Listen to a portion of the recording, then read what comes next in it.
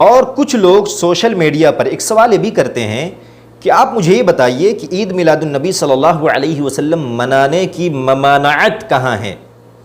تو میں دلیل بھی دے چکا ہوں، لیکن وہ لوگ یہ طلب کر رہے ہیں کہ بعینی ہی عید میلاد النبی صلی اللہ علیہ وسلم کا جشن منانا یہ کہاں لکھا ہوا ہے، بعینی ہی یہ بتائیے۔ تو میں ان لوگوں سے یہ پوچھنا چاہتا ہوں میرے بھائیوں، عیدین کی نماز کے لیے اذان نہیں دی جاتی۔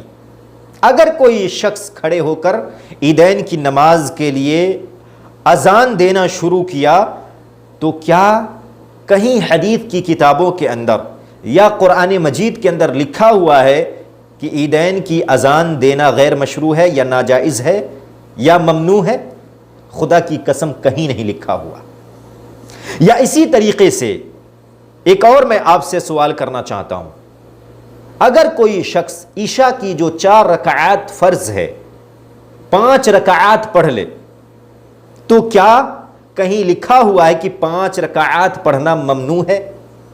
نہیں لکھا ہوا۔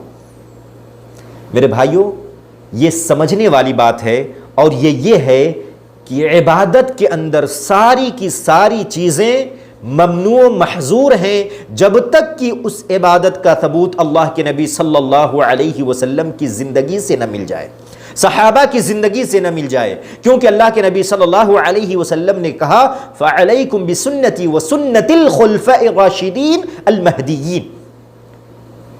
تو پتہ کیا چلا کہ عبادت کا ثبوت اللہ کے نبی صلی اللہ علیہ وسلم کی زندگی سے ملنا ضروری ہے، ورنہ اس عبادت کو ہم انجام نہیں دے سکتے، کیونکہ اللہ کے نبی صلی اللہ علیہ وسلم نے اس عبادت کو انجام نہیں دیا۔ یہی مثال عید میلاد النبی پر بھی فٹ ہوتی ہے۔ یعنی عید میلاد النبی صلی اللہ علیہ وسلم، اللہ کے نبی صلی اللہ علیہ وسلم نے اپنی پوری زندگی کبھی بھی جشن نہیں منایا، کبھی بھی اللہ کے نبی نے نہیں منایا، نہ صحابہ نے منایا، نہ تابعین نے منایا، نہ تبع تابعین نے منایا۔ تو آج کر کے جو نبی سے محبت کے دعوے دار ہیں، کیا وہ صحابہ کرام سے زیادہ اللہ کے نبی صلی اللہ علیہ وسلم سے محبت کرتے ہیں؟ بالکل نہیں میرے بھائی۔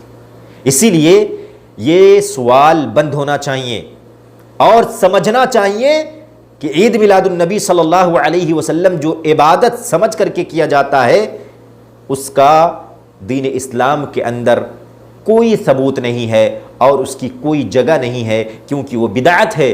اور آخری بات میں آپ سے عرض کرنے لگا ہوں وہ یہ کہ اللہ کے نبی صلی اللہ علیہ وسلم کی مدح سرائی، تعریف و توصیف ایک خاص وقت کے لیے خاص تاریخ میں قید کرنا یہ بھی حرام ہے، بلکہ اللہ کے نبی صلی اللہ علیہ وسلم کی تعریف، ان کا تذکرہ، ان کی سیرت کو بیان کرنا بغیر قید و بند کے ہونا چاہیے، اور اس کی کوئی تخصیص نہیں ہونی چاہیے کہ ہم اسی دن کریں گے تو کریں گے ورنہ نہیں کریں گے۔ یہ غلط چیز ہے۔